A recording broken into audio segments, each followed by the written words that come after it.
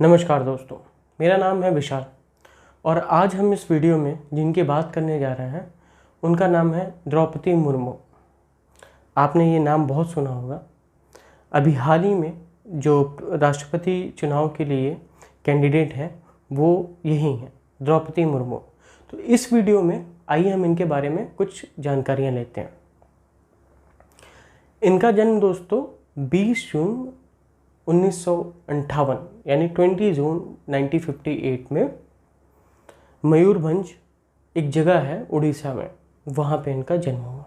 बहुत poor family से belong करती थी और एक संथल कम्युनिटी से बिलोंग करती थी, ट्राइबल कम्युनिटी थी, वहाँ से बिलोंग करते थे। काफ़ी पुअर थी, बहुत अच्छा इनके पास बैकअप नहीं होता था, लेकिन फिर भी अंदर से इनका बहुत इंटरेस्ट था इस शिक्षा को ग्रहण करने के लिए। तो ये फिर अपने घर को छोड़ के शिक्षा के लिए चली गई। तो इन्होंने बैचलर इन आर्ट्स किया, वो किया था इन्होंने रामा देवी विमेंस कॉलेज से। जब इनकी पढ़ाई पूरी हुई, जब इनका एजुकेशन पूरा हुआ, तो फिर इन्हें जॉब मिला। वो गवर्नमेंट जॉब था, जूनियर असिस्टेंट के पोस्ट पे, इरिगेशन एंड पावर डिपार्टमेंट में इन्हें जॉब मिला। उसके बाद इनकी शादी हो गई थी। इनके ससुराल में इन्हें बोला गया कि आप जॉब छोड़ दो। उसके पीछे का रीज़न ये बताया गया क्योंकि इनके थे 3 बच्चे। तो इनके ससुराल वालों का ये कहना था कि बच्चों पे आप फोकस करो इंस्टेंट ऑफ जॉब से ज़्यादा ज़रूरी है बच्चे। तो इन्होंने अपनी जॉब छोड़ दी। लेकिन इनके अंदर एक क्वालिटी थी, वो क्वालिटी ये थी कि इन्हें लोगों से इंटरेक्शन करने का इन्हें बहुत अच्छा लगता था। लोगों के साथ उठना बैठना, उनसे बात करना, उनकी प्रॉब्लम सुनना, उनकी प्रॉब्लम सॉल्व करना। और ये स्पिरिचुअल भी बहुत थी। तो स्पिरिचुअल कोई भी फंक्शन होता था तो वहाँ पे ये जाती थी, ये इनका नेचर था। तो इन्हें ये सब करना बहुत पसंद था। तो फिर इन्होंने टीचिंग के जॉब स्टार्ट की। उसमें जो बेस्ट पार्ट था, उसमें ये फ़ीस नहीं लेती थी। और मैं इनका एक वीडियो देख रहा था, इनका एक इंटरव्यू देख रहा था। तो उस इंटरव्यू में इन्होंने बोला कि जिन बच्चों को ये पढ़ाती थी, जो सब्जेक्ट पढ़ाती थी, तो पेरेंट्स का ये कहना था कि मुझे अपने बच्चे को ट्यूशन देने की ज़रूरत नहीं पड़ती। इनका डेडिकेशन आप समझ सकते हैं, ये किस तरीके से पढ़ाती थी। अब इनकी शुरुआत पॉलिटिकल करियर में कैसे हुई? तो इन्हें एक बार ऑफ़र आया, तो इन्होंने सिंपली डिनाई कर दिया पॉलिटिक्स ज्वाइन करने से। उसके पीछे रीज़न क्या था कि उस टाइम महिलाओं को पॉलिटिक्स में अच्छे नज़रिए से नहीं देखा जाता था, और स्पेशली जिस सोसाइटी से आती थी उसमें तो और भी नहीं देखते थे, क्योंकि वो एक ट्राइबल सोसाइटी थी। तो उन्होंने डिनाई कर दिया। अब इनके पति से बात किया गया, इनके हस्बैंड से बात किया गया। तो इनके हस्बैंड एक बैंक ऑफिसर थे और वो वेल एजुकेटेड भी थे। तो उनसे बात किया गया तो वो अग्री हो गया। वो इसलिए अग्री हो गए क्योंकि वो इनका नेचर जानते थे कि इनको लोगों के साथ इंटरेक्शन करना बहुत अच्छा लगता था, इन्हें लोगों की प्रॉब्लम सुनना बहुत अच्छा लगता था। तो इसलिए वो अग्री हो गए। तो 1997 में इन्होंने पहला चुनाव लड़ा, नोटिफाइड एरिया काउंसलर का पहला चुनाव लड़ा, जिसे हम कॉमन लैंग्वेज में नगर पंचायत का चुनाव कहते हैं, और इनकी जीत भी हुई। उसके बाद इन्हें वाइस काउंसलर बना दिया गया क्योंकि इनका पब्लिक के साथ इंटरेक्शन बहुत अच्छा होता था। अब 2000 में क्या हुआ कि इन्हें एमएलए के टिकट मिली। इन्होंने इलेक्शन लड़ा, इलेक्शन जीता भी। जब इन्होंने इलेक्शन जीता तो इनको मंत्री बना दिया गया। मंत्री डिपार्टमेंट कौन सा दिया गया था इन्हें?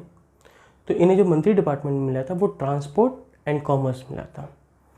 फिर दोबारा इन्हें फिर से एमएलए का टिकट मिला, फिर इन्होंने जीत हासिल किया और दोबारा इन्हें फिर से मंत्री बनाया गया था। वो फिशरी और एनिमल हस्बेंड्री में बनाया गया।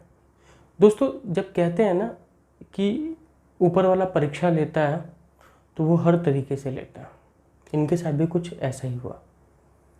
सबसे पहला जो इनके साथ इंसिडेंट हुआ वो 2009 में हुआ। इनका पहला बेटा जो रात को सोया और सुबह उठा ही नहीं।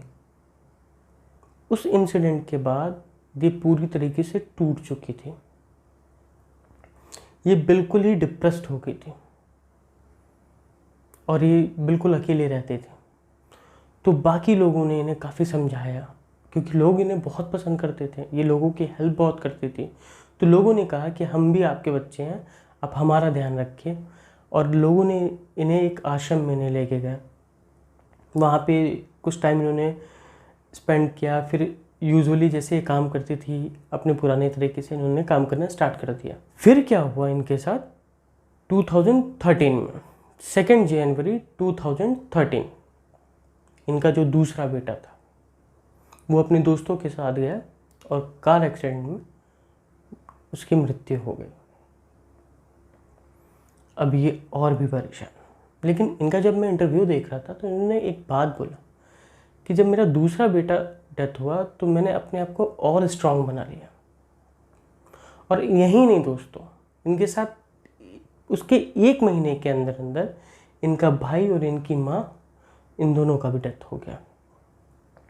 अभी मेंटली बिल्कुल ही परेशान हो चुकी थी, क्योंकि किसी भी इंसान के पास एक लिमिटेड ही मतलब वो एक हद तक ही परेशानी बर्दाश्त करता, लेकिन फिर भी ये इतनी स्ट्रांग थी कि इन्होंने सारी चीज़ों को बहुत पॉजिटिव वे में लिया और अपने आप को समझाया।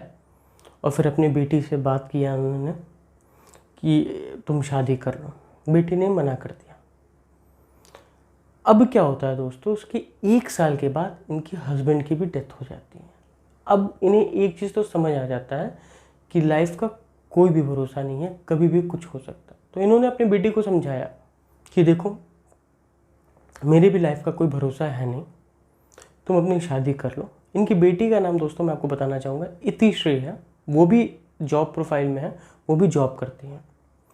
इन्होंने अपनी बेटी की शादी करा दी। अब यहाँ से इनका समय दोबारा बदलता है। 2015 इन्हें एक न्यूज़ आती है कि इनका जो नाम है वो गवर्नर पद के लिए सेलेक्ट किया गया। और उसके बाद से झारखंड की पहली महिला गवर्नर बनाया जाता है। इन्होंने अपना कार्यकाल बहुत अच्छे से पूरा किया, बहुत अच्छा काम किया। इनके पास जो बेस्ट चीज़ें क्या थी, इन्हें पॉलिटिक्स का भी नॉलेज बहुत अच्छा था और एडमिनिस्ट्रेटिव का भी नॉलेज बहुत अच्छा था। तो इन्हें दोनों चीज़ का नॉलेज भी था और एक्सपीरियंस भी था। तो इन्हें गवर्नर बनाने के बाद से 2017 में भी इनका नाम नॉमिनेट किया गया था प्रेसिडेंट इलेक्शन के लिए। लेकिन उस टाइम पे रामनाथ कोविंद जी प्रेसिडेंट बने।